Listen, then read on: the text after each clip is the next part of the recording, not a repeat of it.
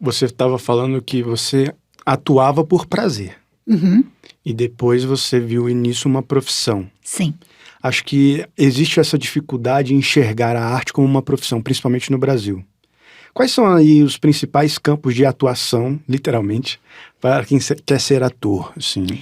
Para a gente entender por que existe uma dificuldade de entender o ofício de ser ator como uma profissão, a gente tem que entender que ser ator ao longo de toda a história anteriormente, o teatro era visto como entretenimento. Então, o teatro, a atuação, no passado, nos séculos passados, eles tinham essa visão de entretenimento. E eles trabalhavam com essa visão desse entretenimento, mas ele não tinha um aspecto político, não tinha um aspecto, por assim dizer, de fazer pensar, de revolucionar. Era um lugar como uma profissão. Eu vou fazer uma peça, Shakespeare, essa turma toda fazer uma peça. Se não funcionasse, na semana seguinte já fazia outra. E o que era funcionar? O povo tinha que gostar. E quem sabe, por sorte, a rainha também. Né? Então você tinha esses dois públicos, né? Os reis e os plebeus. Nesse espaço é importante compreender que também existia uma espécie de dominação, doutrina e castração dos artistas quando eles apresentavam para a rainha, para as igrejas, enfim, todo esse lugar onde o sistema mantém os artistas contidos. E os artistas revolucionários trabalhavam com o sistema, mas também faziam obras para perfurar o sistema, para transgredir e chegar no público com aquele humor, com aquela piada, com aquela informação que fazia com que as pessoas percebessem a realidade de uma maneira que só a arte até hoje é capaz de fazer, que nem o jornalismo faz às vezes, porque as pessoas estão blindadas para alguns campos de informação, mas na arte elas estão abertas.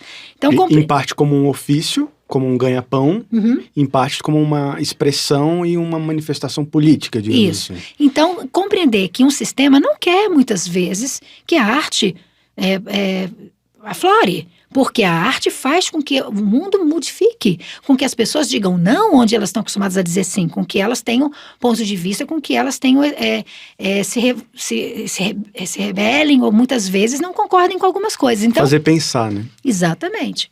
E fazer com que as pessoas não virem massa de manobra.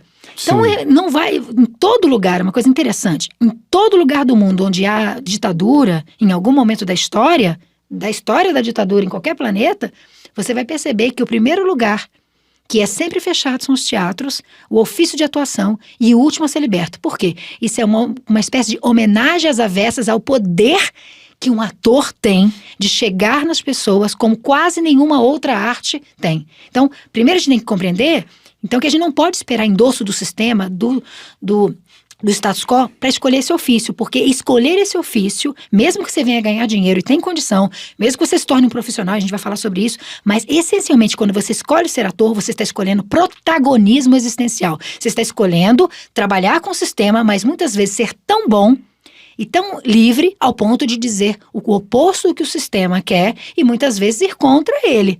Ser livre para fazer trabalho com ele e contra ele, porque você é um tipo de hierofante, um tipo de professor, um tipo de mente extremamente importante que o sistema quer comprar ou silenciar, e você ter noção disso faz com que você se torne livre, inclusive para escolher aonde você quer estar. Quero estar na internet, quero estar numa novela, quero estar num cinema, quero estar numa peça de teatro.